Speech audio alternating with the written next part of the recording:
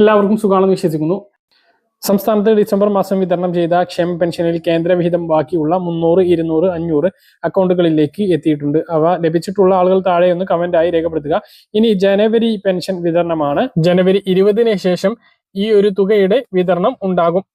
നിയമസഭാ ഇലക്ഷൻ അടുത്ത് നിൽക്കെ എത്ര സാമ്പത്തിക പ്രതിസന്ധി ഉണ്ടായാലും ഇനി pension മുടങ്ങുകയില്ല, താമസിക്കുകയില്ല.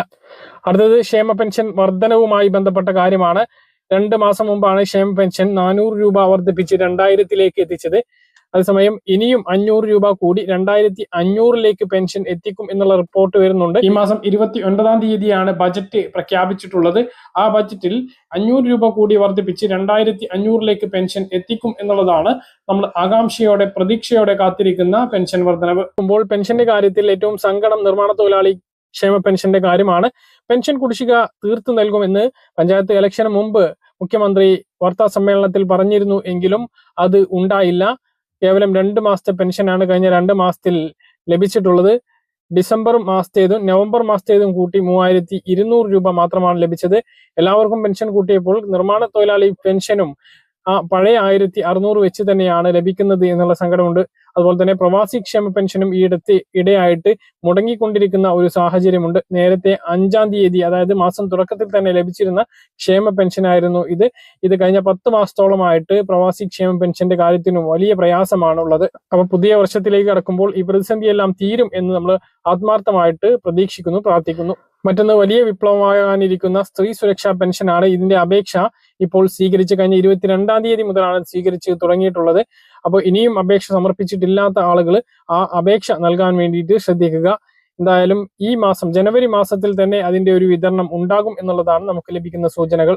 യുവാക്കൾക്കുള്ള connect to work scholarship 1000 രൂപയുടെ വിതരണവും അടുത്ത മാസം മുതൽ, അതായത് ഫെബ്രുവരി മാസം മുതൽ ഉണ്ടായേക്കും എന്നുള്ള റിപ്പോർട്ടുകളാണ് വരുന്നത്.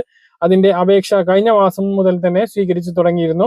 എംപ്ലോയ്മെന്റ് എക്സ്ചേഞ്ച് വെബ്സൈറ്റ് മുഖേനയാണ് ഇതിനു വേണ്ടിയിട്ട് അപേക്ഷിക്കേണ്ടത്.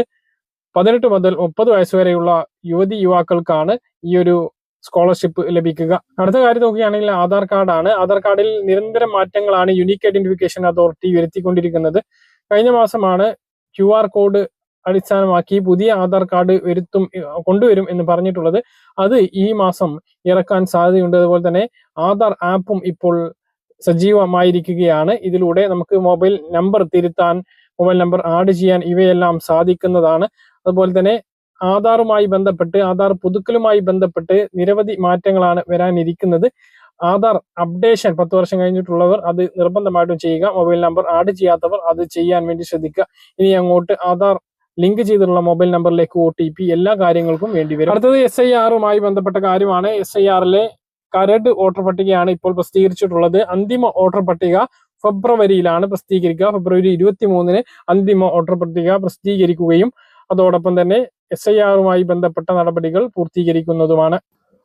റേഷൻ വിതരണം 2 ദിവസത്തെ അവധിക്ക് ശേഷം റേഷൻ വിതരണം ജനുവരി 3-ാം തീയതി ശനിയാഴ്ച മുതൽ ആരംഭിക്കുകയാണ്.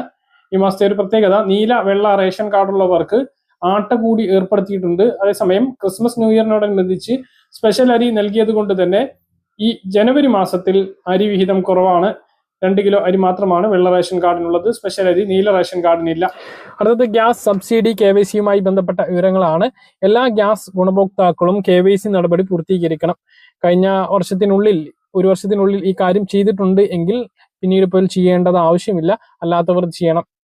ഏറ്റവും പ്രധാനപ്പെട്ടത് ഉജ്ജ്വല യോജന പദ്ധതി പ്രകാരം ഗ്യാസ് സബ്സിഡി ലഭിക്കുന്നവർ നിർബന്ധമായിട്ടും ചെയ്യേണ്ടതാണ്. ഇല്ല എങ്കിൽ ഇനി മുതൽ സബ്സിഡി മുടങ്ങിപ്പോകുന്നതാണ്.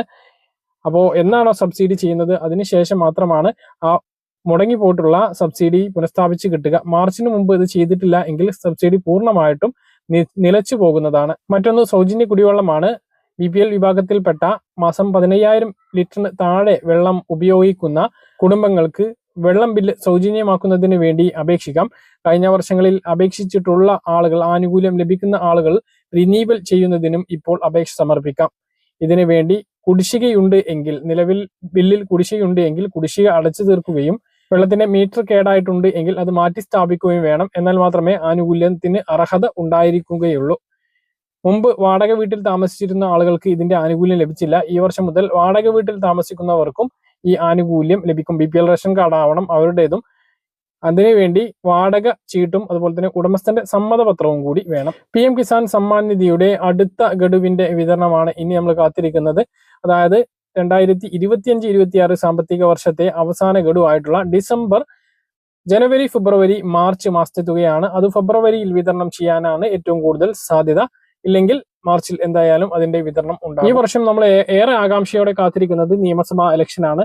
നമ്മുടെ അടുത്ത 5 വർഷം കേരളം ആര് ഭരിക്കണം എന്നുള്ളത്, നമ്മുടെ മുഖ്യമന്ത്രി ആരാവണം എന്ന് തീരുമാനിക്കുന്ന ഇലക്ഷനാണ് വരാൻ പോകുന്നത്. മെയ് മാസം നോട്ടിഫിക്കേഷൻ ഇറങ്ങും. മെയ്യിലോ ജൂണിലോ ആയിട്ട് നിയമസഭാ ഇലക്ഷൻ നടക്കുന്നതാണ്. അപ്പോൾ പറഞ്ഞ കാര്യങ്ങൾ കൃത്യമായിട്ട് മനസ്സിലാണ്ടാവുമെന്ന് കരുതും. ഇതുപോലുള്ള ഇൻഫർമേഷൻ ലഭിക്കാൻ ചാനൽ സബ്സ്ക്രൈബ് ചെയ്യുക, ബെൽ ഐക്കൺ എനേബിൾ ചെയ്ത് വെക്കുക. മറ്റൊരു വീഡിയോയുമായി നമുക്ക് വീണ്ടും കാണാം. ദൂരേക്ക്.